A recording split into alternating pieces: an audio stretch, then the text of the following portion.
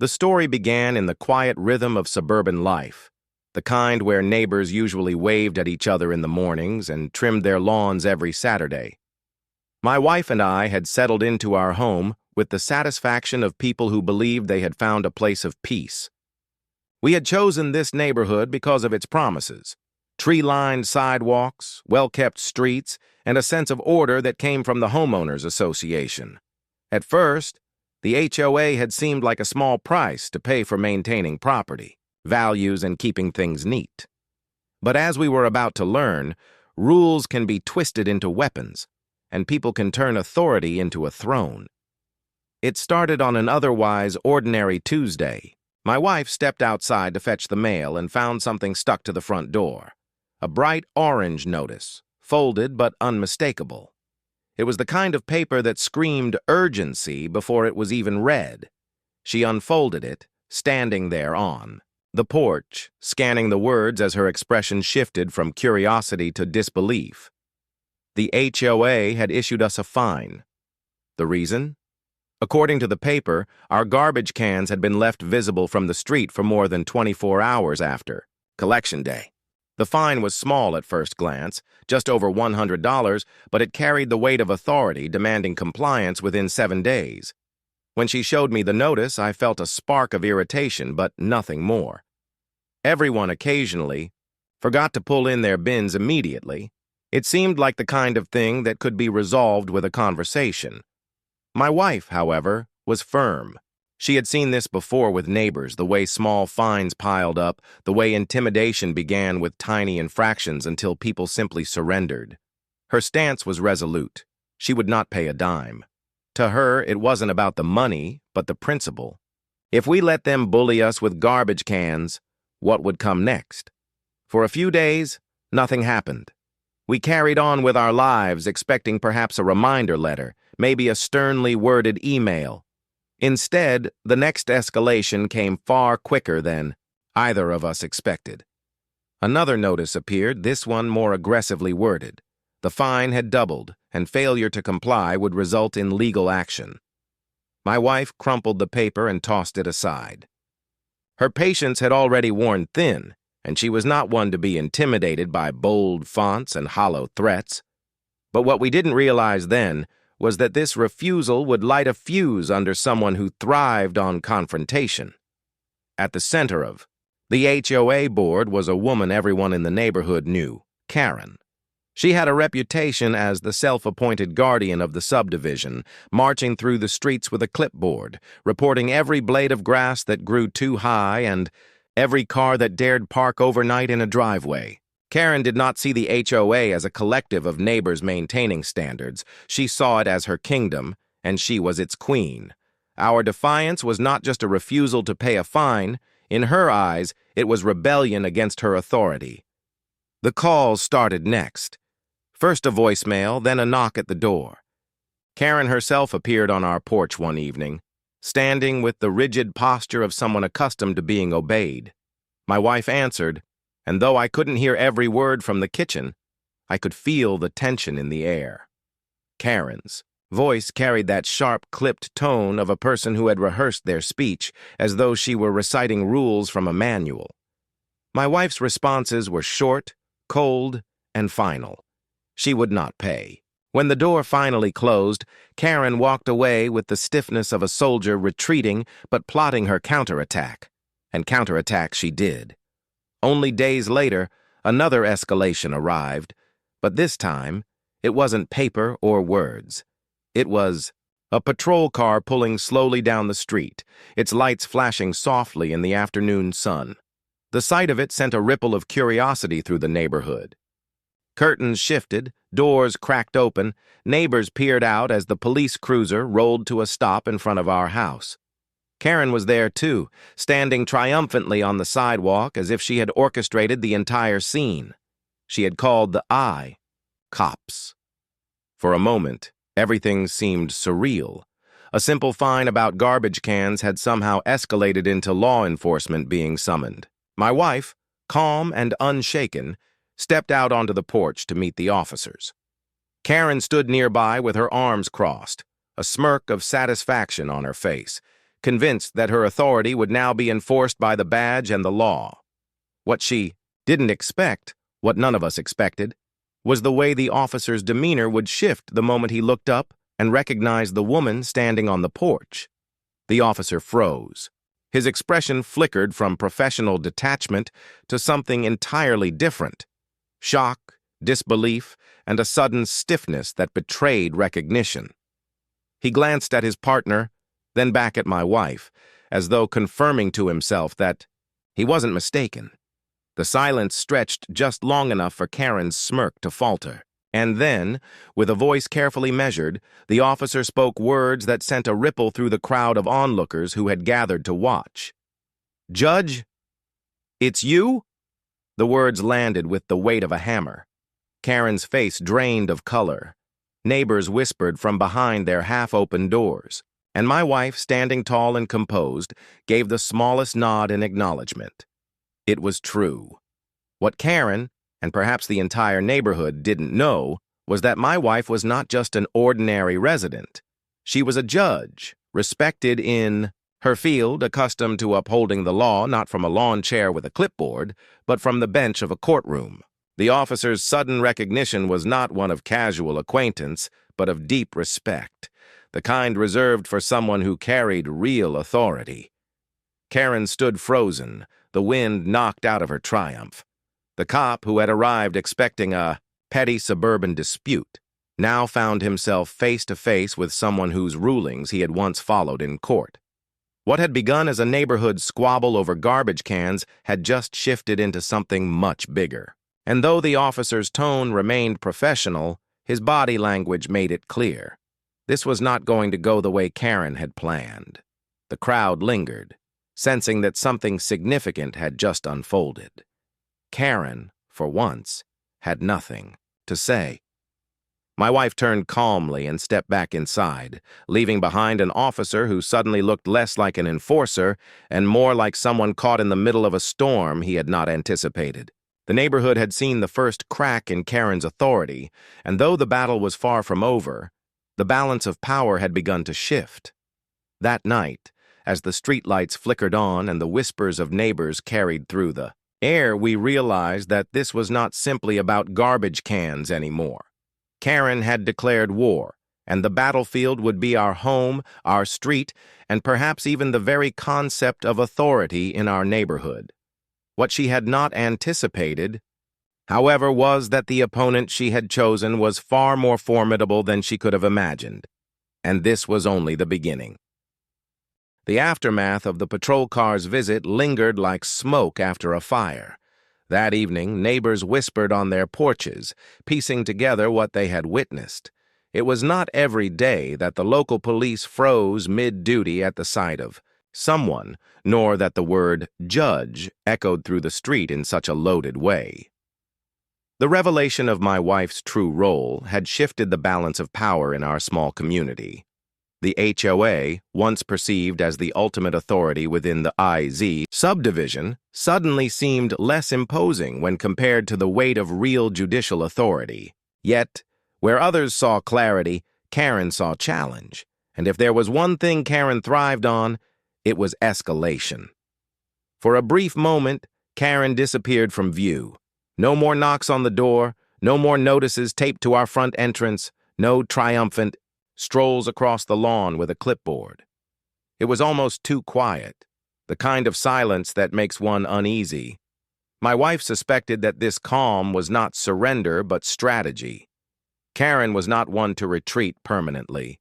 She was regrouping, calculating her next move, and as the days passed, the stillness became its own form of tension. The first sign came not at our doorstep, but through the neighborhood grapevine. A neighbor casually mentioned that Karen had been calling an emergency meeting of the HOA board. Word spread quickly. There was to be a gathering in the clubhouse with serious matters on the agenda. While Karen never openly declared the meeting was about us, everyone seemed to know. The fine that started with a garbage can had turned into a spectacle that would be discussed under fluorescent lights, with folding chairs neatly arranged in rows, as if the fate of the subdivision itself hung in the balance. We did not attend the meeting. My wife, ever composed, believed that stepping into Karen's carefully staged arena would be granting her exactly what she wanted, confrontation on her terms. Instead, we stayed home, the distant hum of voices and cars filtering through the air as neighbors gathered at the clubhouse. Later, through hushed conversations and snippets shared by those who were there, we learned the details. Karen had stood before the HOA board like a general rallying her troops, painting a picture of us as rule breakers, rebels undermining the integrity of the community. She spoke of lawlessness, of what would happen if others followed our example. Her voice rose with passion, eyes flashing as she demanded decisive action. The board, caught between Karen's fervor and the memory of the officer's hesitation, seemed uncertain. But Karen thrived on pressure, and by the end of the night she had maneuvered them into a resolution. If fines and police presence were not enough, legal proceedings would be the next step. The irony was thick. Karen, so determined to enforce HOA rules, was threatening to drag us into the very courts where my wife held authority. To anyone else, it might have been laughable. But Karen's arrogance blinded her to the reality of what she was provoking. She saw only defiance and the need to crush it. To her, the courtroom was not a place of justice, but simply another weapon to be wielded. Yet in this particular case, the battlefield she was choosing was one my wife knew far better than Karen ever could. Days later, a thick envelope arrived by certified mail. Inside was a formal notice of intent to pursue legal action for non-payment of HOA fines. The language was stern, peppered with legal jargon meant to intimidate. Karen had managed to push the board into drafting the document, though anyone with real legal knowledge could see its flaws. My wife read through the papers with an almost amused calm, highlighting inconsistencies, marking procedural errors and pointing out overreaches. To her, it was less a threat and more a poorly written assignment turned in by a student who hadn't studied the material. But to the neighborhood, the envelope was symbolic. Karen made sure word spread quickly, boasting that the HOA was taking them to court. Neighbors whispered again, not knowing what outcome to expect. Some believed we were cornered. Others doubted Karen's wisdom in challenging someone of my wife's stature.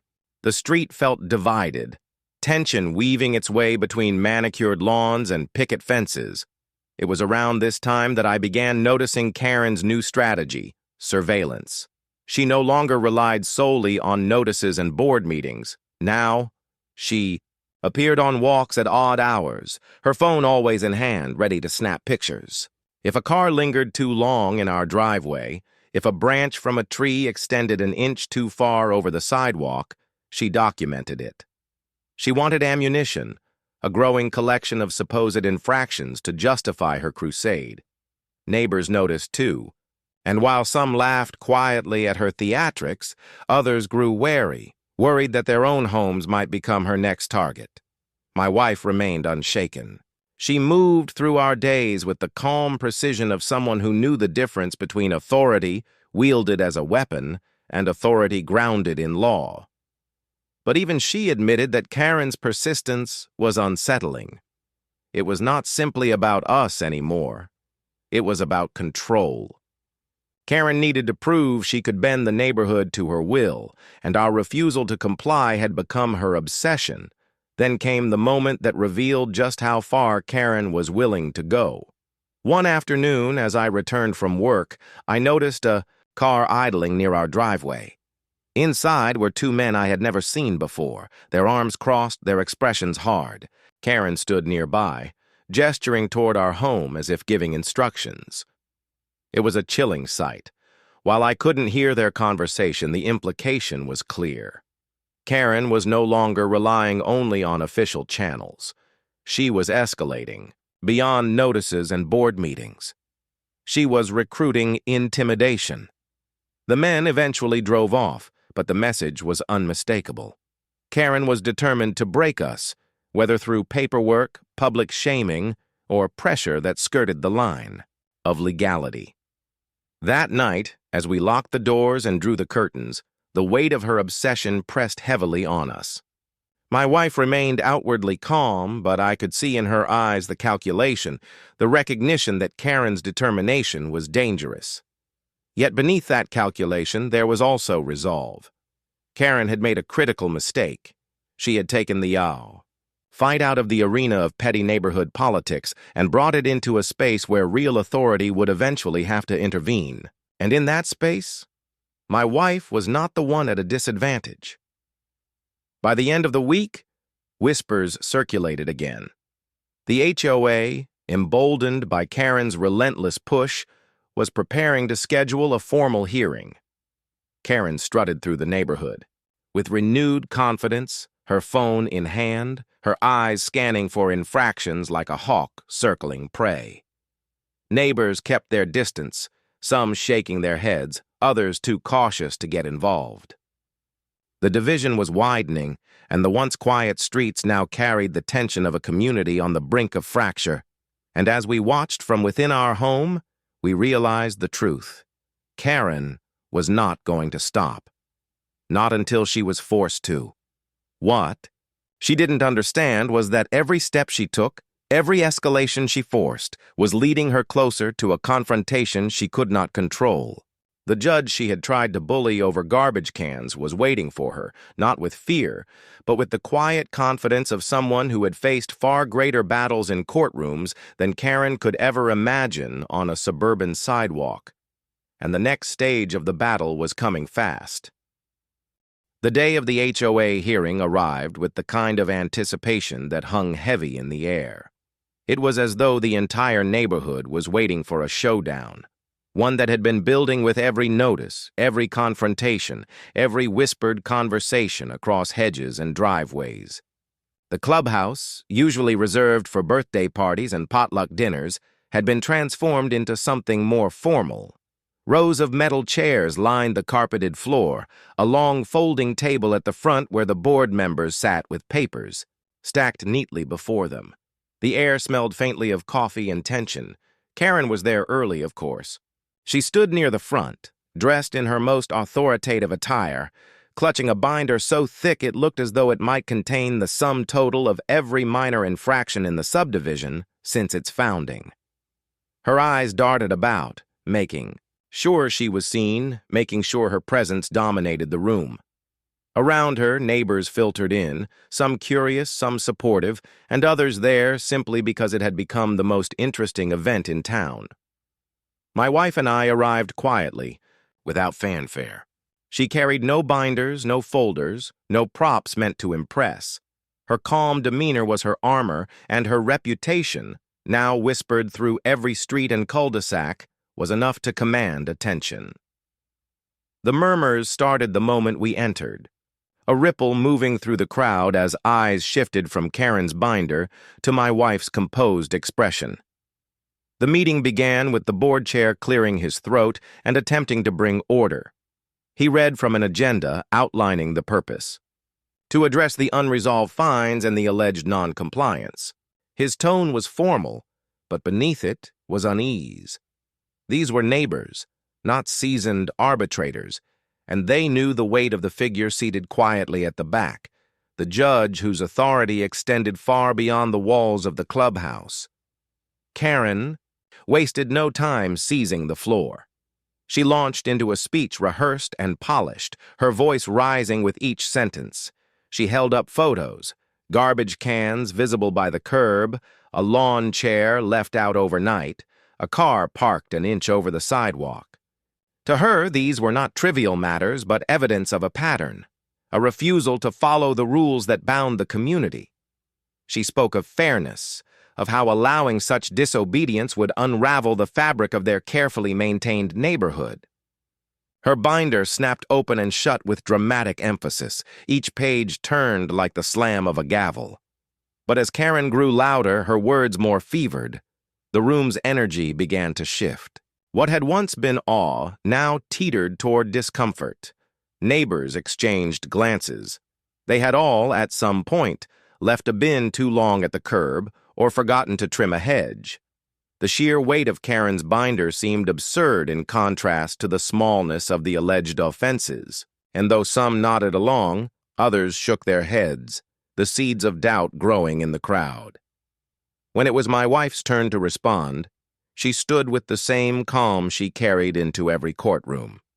She did not raise her voice, did not wave, papers in the air. Instead, she spoke with clarity, outlining the facts.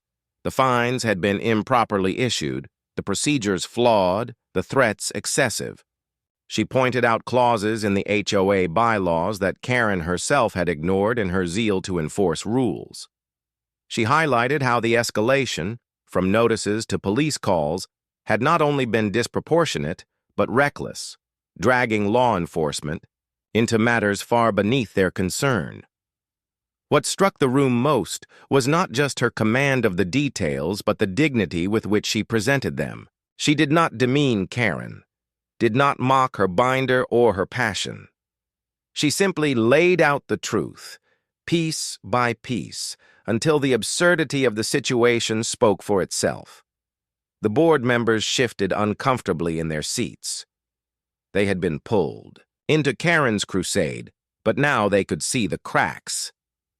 Karen, however, could not stop herself. She interrupted, objected, waved her binder again, insisting that authority was slipping, that rules must be followed without question. But the more she spoke, the less persuasive she became. It was no longer a defense of the community, but a display of personal obsession. By the time the board chair called for order, the outcome was clear. The board announced that the fines would be dismissed, citing improper process.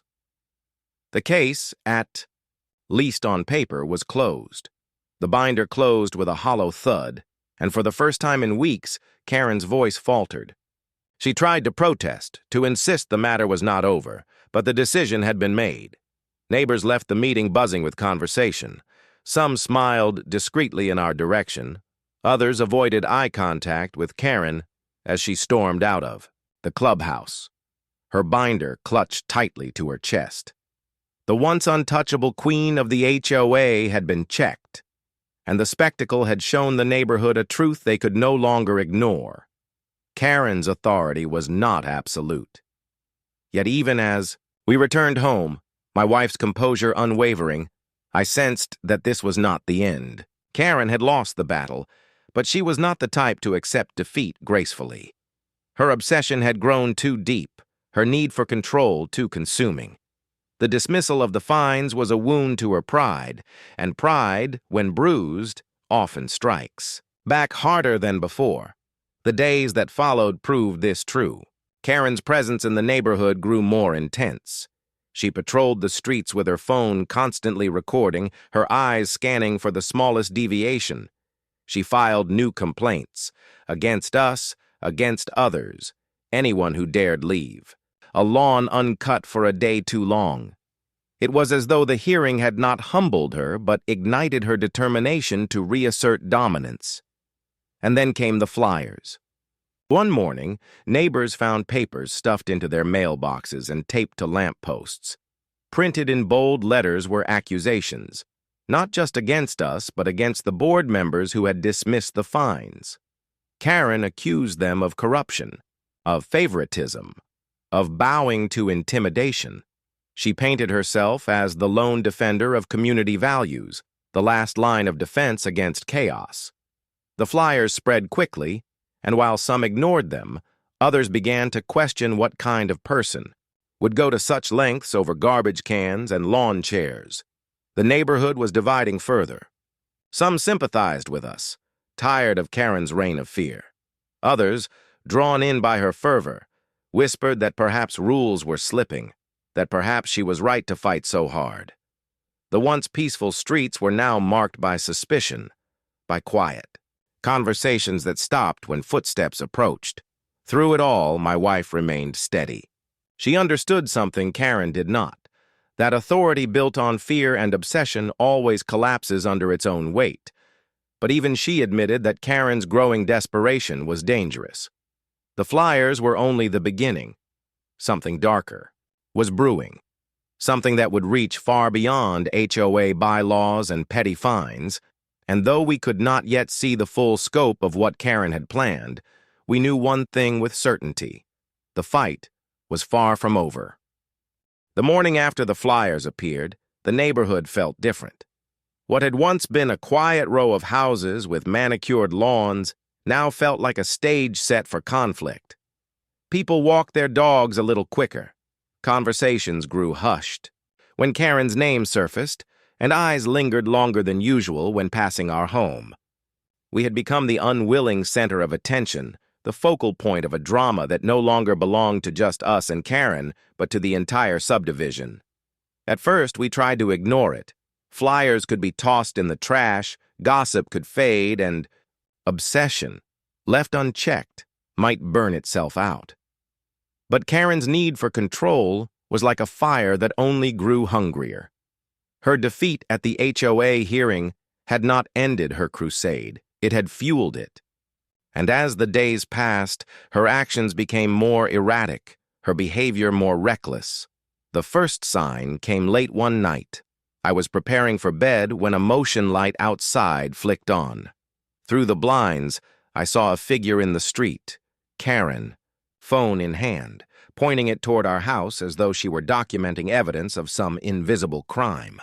My wife joined me at the window, her face calm but eyes sharp. Karen walked slowly, circling the perimeter of our yard, muttering into her phone, her silhouette sharp against the glow of the street light. When she finally disappeared into the darkness, we exchanged a look that said everything. Karen was no longer hiding her obsession. The next morning, we discovered that a complaint had been filed against us again. This time, it wasn't about garbage cans or lawn chairs. It was about noise disturbances.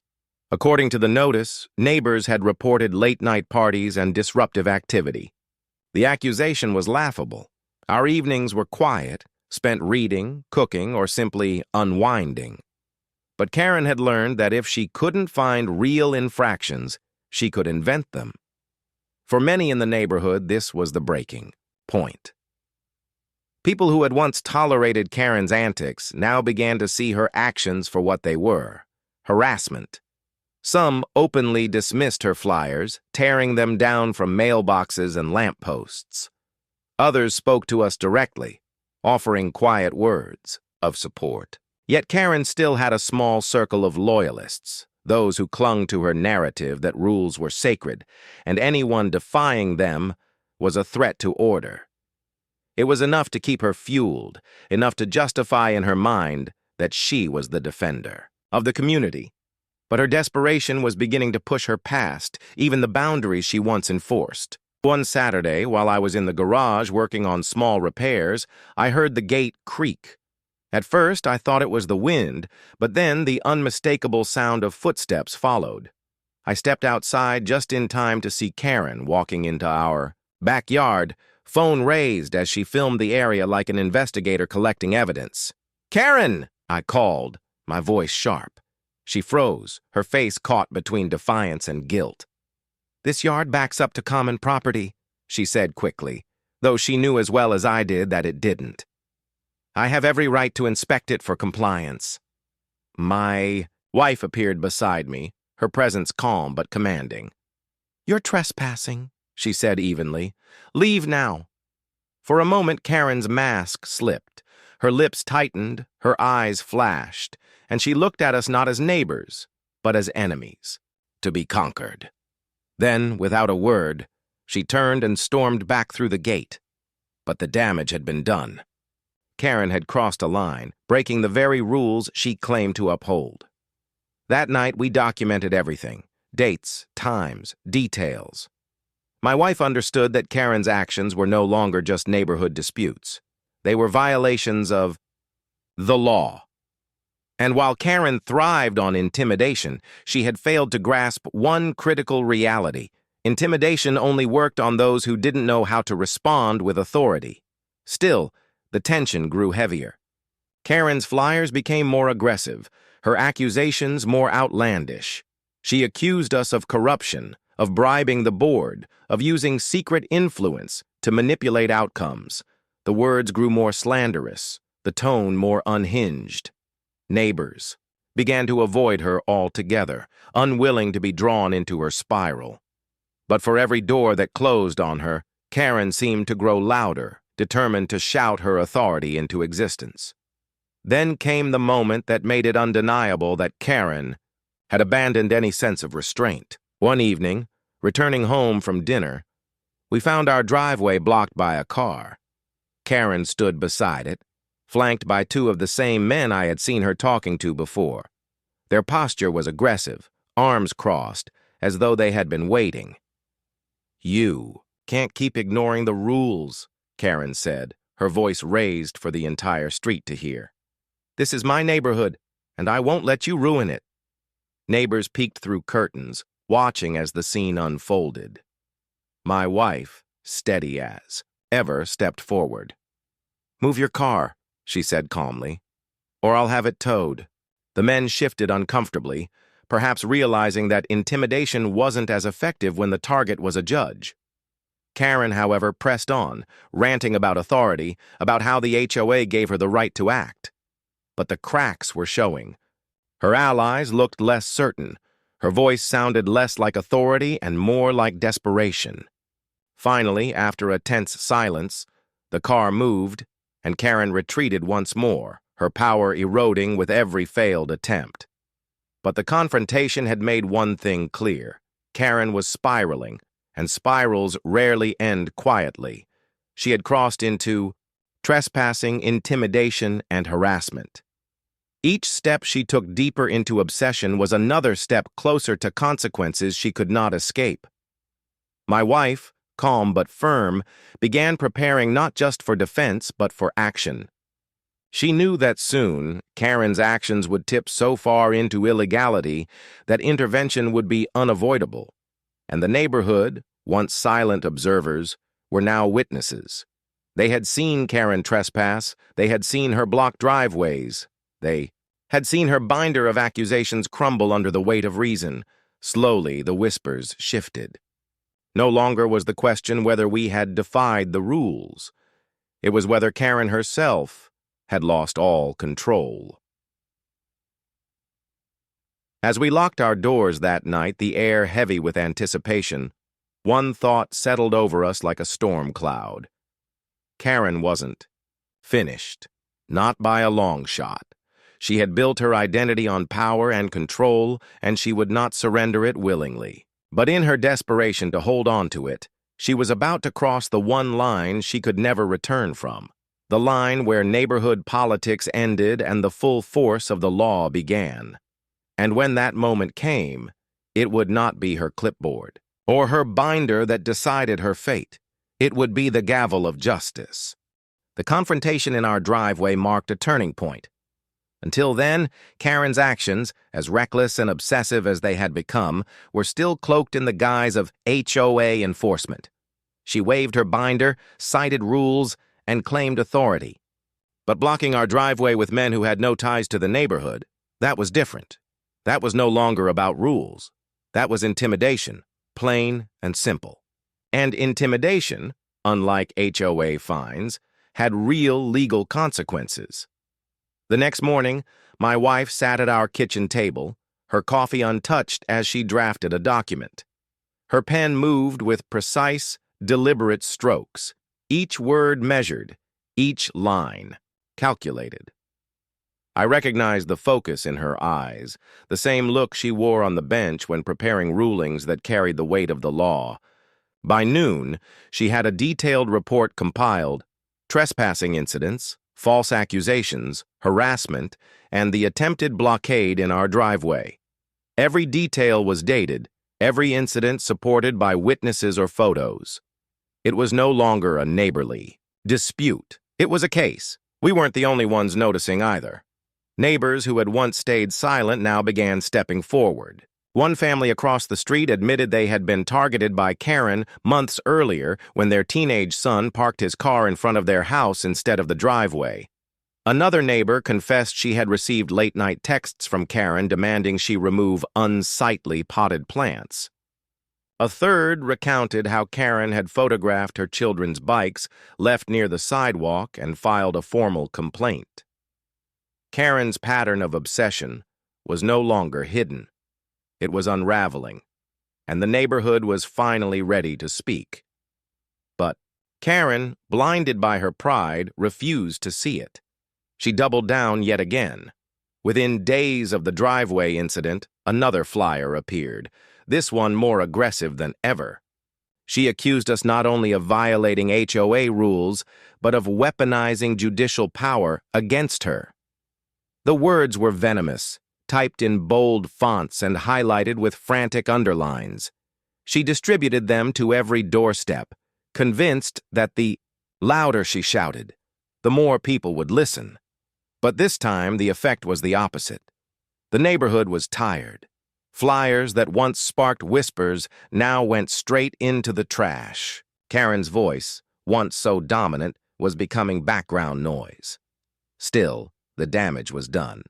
The police, already familiar with our street after her earlier call, could no longer ignore the reports piling up. One evening, as the sun dipped low and painted the houses in gold, a patrol car returned. But this time, it wasn't stopping at our house. It was stopping at Karen's. The sight drew a quiet crowd. Curtains shifted, doors cracked open. Neighbors lingered on porches under the pretense of watering plants or sweeping steps. Karen stood in her driveway, arms folded, voice sharp as she argued with the officers. Her gestures were wild, her face flushed with indignation. She pointed toward our house again and again, but the officers weren't writing down her words this time. They were writing her name. After a tense exchange, they handed her a citation. Trespassing, harassment, official. Warnings backed by law, not HOA bylaws. For the first time, Karen looked shaken. Her binder, clutched at her side, seemed suddenly flimsy, the papers within powerless against the weight of a police citation. The neighbors saw it, too. The queen of the HOA had been checked not by defiance, but by the very system she had tried to manipulate. And the shift was palpable. People who once feared her clipboard now saw her for what she had become, a woman consumed by obsession, grasping at authority that no longer existed. But Karen's pride was her downfall. Instead of retreating, she lashed out. The following week, in a move that shocked even her staunchest supporters, she attempted one last act of defiance. Early one morning, under the cover of dawn, she dragged caution tape across the entrance of our driveway, hammering a sign into the ground that read, "Non-compliant property, community hazard." She stood back, arms crossed, as though she had reclaimed her crown, certain that the neighborhood would rally behind her display. What she didn't realize was that her performance had an audience far greater than just the neighbors. One of the officers who had cited her before drove by during his routine patrol. The moment his headlights caught the sign, he stopped. By the time I stepped outside, still half-dressed for the morning, Karen was already arguing with him, her voice carrying through the crisp air. "This is my right as HOA president," she shouted, jabbing her finger at the sign. The officer, patient but firm, shook his head. "No, ma'am. This is vandalism, and this is harassment. You've been warned." Within minutes, another car arrived. Then another. The flashing lights turned the quiet street into a stage, and Karen stood in the center, her binder clutched like a shield, her voice growing shriller with each denial. Neighbors lined the sidewalks now, silent witnesses to the unraveling of the authority that had once cowed them, and then the final blow came. One of the officers stepped forward, handcuffs at his side, his voice calm but decisive. "Ma'am, you're under arrest for harassment and criminal mischief." The silence that followed was absolute. Karen's face drained of color, her binder slipping from her hands and scattering papers across the pavement. The officers moved efficiently, reading her rights as they placed her in the back of the patrol car. She shouted still, her words a mix of denial and fury, but the sound was muffled by the closing door. The queen of the HOA, once untouchable, had been dethroned in the most public way possible. The neighborhood exhaled. Some clapped quietly, others simply shook their heads in disbelief. The binder lay abandoned on the ground, its pages fluttering in the breeze like relics of a reign that had ended. My wife stood beside me, her expression calm, not triumphant but resolute. Justice, she knew, was not about winning. It was about restoring balance. And balance had finally been restored. But even as the patrol car drove away, red and blue lights, fading into the night, I couldn't shake the feeling that this was not the end. Karen's grip on the neighborhood had been broken, but her obsession was not something that could be undone with a single arrest. People like her, consumed by the need for control, rarely went quietly. She might face charges. She might lose her position, but the fire that drove her had not yet been extinguished. And in the days to come, we would learn just how far Karen was willing to go to reclaim what she believed was hers. Karen's arrest shook the neighborhood, but like a storm passing through, it left behind both relief and unease. For the first time in years, the streets felt lighter. Neighbors walked dogs without glancing nervously toward Karen's house. Children rode their bikes freely, no longer under the watchful eye of her camera lenses. Flyers disappeared overnight.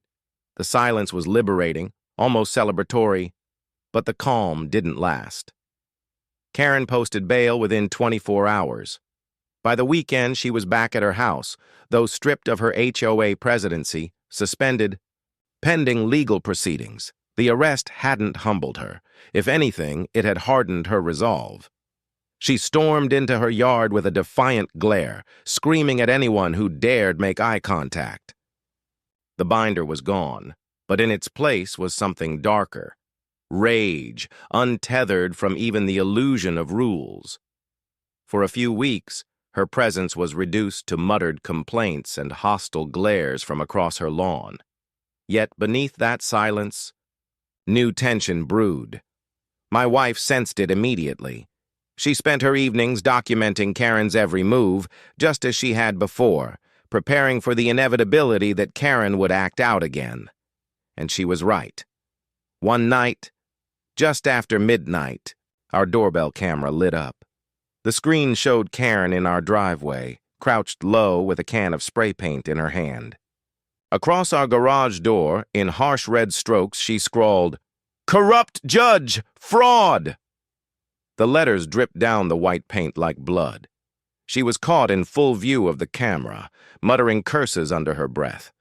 When the motion light clicked, on she bolted, but not before her face was captured crystal clear. By dawn, neighbors gathered in disbelief at the sight. The graffiti wasn't just vandalism, it was public slander. And this time, there was undeniable proof. The police didn't hesitate. They returned with a warrant, not just for harassment, but for violation of bail conditions. Karen resisted, screaming at the officers, shouting about conspiracies, claiming the entire neighborhood was out to destroy her. But her cries rang hollow now. No one came to her defense. Even her closest allies had grown tired of being dragged into her battles. The second arrest was different. It wasn't just a warning or a citation. It was the collapse of her entire facade. Karen was charged formally, her case moving from neighborhood nuisance to criminal court. My wife, with her judicial connections and airtight documentation, ensured that every piece of evidence was submitted. The flyers, the false reports, the driveway blockade, the vandalism. The story spread quickly, first through the neighborhood, then into the local news. The woman who had once ruled our HOA like a monarch was now infamous, not as a leader, but as a cautionary tale.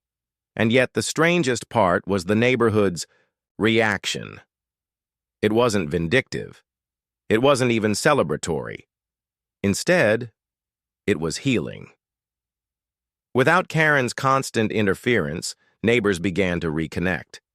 The couple across the street hosted a barbecue, inviting families who hadn't spoken freely in years. Children painted the sidewalks with chalk drawings that had once been banned.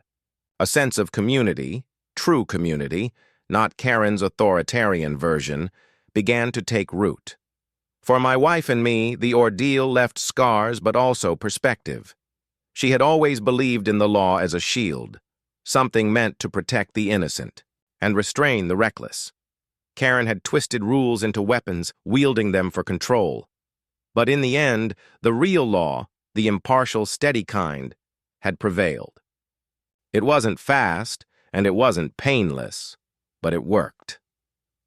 Karen's house sat dark after her conviction. She was sentenced to probation, fined heavily, and ordered to undergo mandatory counseling. Her HOA presidency was stripped permanently, her name removed from every letterhead and binder she had once waved like a scepter. Eventually, a "for sale" sign appeared in her yard. Where she went after that, no one knew, and frankly, no one cared. The night after the sign went up, my wife and I sat on our porch, the summer air warm and still. Neighbors waved as they passed, some stopping to thank her for standing firm, others simply smiling in quiet acknowledgement. She nodded graciously, never gloating, never boasting. That wasn't her way. She hadn't fought Karen for recognition. She had fought her for peace, and peace at last had returned. As the street settled into its new rhythm, I realized something profound. Karen had believed power came from control, rules, fines, threats. But true power in a neighborhood came from respect, from shared trust, and simple kindness. That was something she could never understand. And in the end, that was why she lost. The saga of Karen would be told in whispers for years, no doubt. New families moving in would hear about the infamous HOA tyrant who tried to rule the block and ended up arrested twice. But for those of us who lived through it, the memory was less about her and more about what we learned. That standing up to a bully takes patience, unity, and faith that truth eventually wins. As my wife leaned against me that evening, her coffee mug warm in her hand, I asked quietly if she thought Karen would ever come back. She shook her head. "People like her don't stop," she said softly. "But sometimes the world stops them." And with that, she sipped her coffee, the judge's calm settling over her once more, not in a courtroom, not behind a bench, but right here, on our quiet little street, where justice had finally found its place.